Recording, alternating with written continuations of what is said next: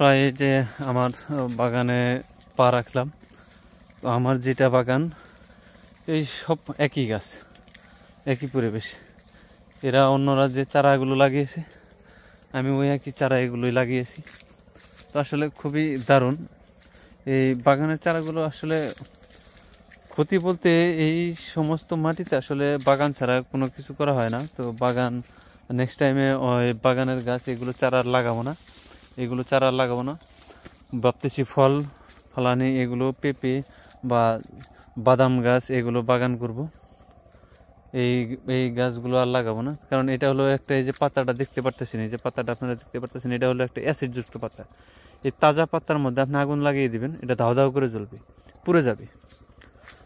But এটা এতটাই ক্ষতিকারক পাতা যে আপনার এইখানে অন্য কোনো ফসল, এই পাতাটা যেখানে ফলবে ওখানে অন্য কোনো ফসল ফলবে না। এই হলো মেন সমস্যা। এই জন্য আর কি এটা নিষিদ্ধ করা হয়েছে।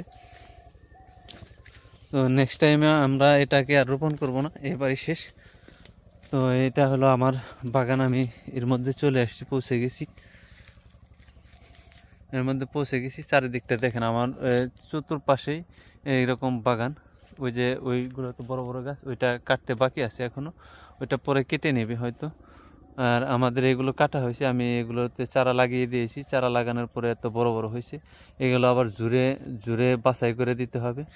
বাছাই না করলে আসলে এগুলোতে গাছ হবে না, কারণ জোপড়া জোপড়া হয়ে রয়েছে, চারা আঙ্গুল ফাঁকে ফাঁকে এখন চারা।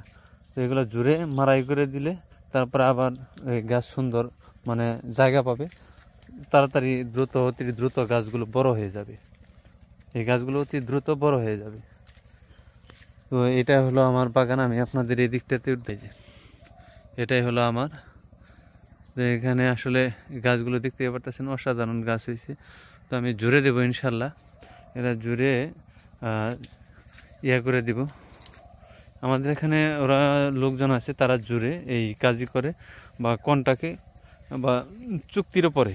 তো সেই ক্ষেত্রে আমি বলছি যে ঠিক আছে, আমিও এটা কন্টাকে নাই বা চুক্তিতে যাই, কিছু হোক, যেভাবে জুড়ে ওইভাবে লাগিয়ে দিয়ে দেবো আর কি।